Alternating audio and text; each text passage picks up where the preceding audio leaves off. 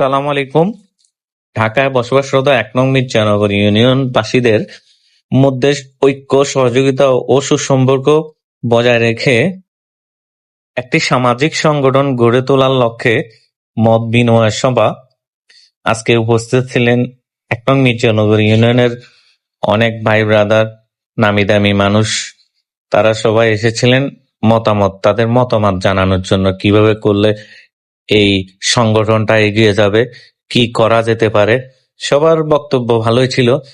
আমার মনে হয় ১ নং মির্জানগর ইউনিয়নে একটা সংগঠন থাকা উচিত।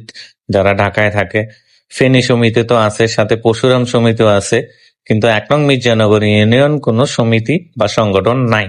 সেক্ষেত্রে এটা খুবই ফলপ্রসূ হতে পারে।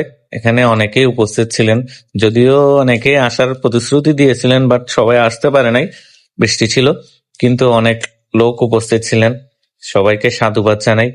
সংগঠনের যারা আয়োজক কমিটি ছিল তাদেরকেও অনেক পরিশ্রম করতে হয়েছে। ধন্যবাদ সবাইকে।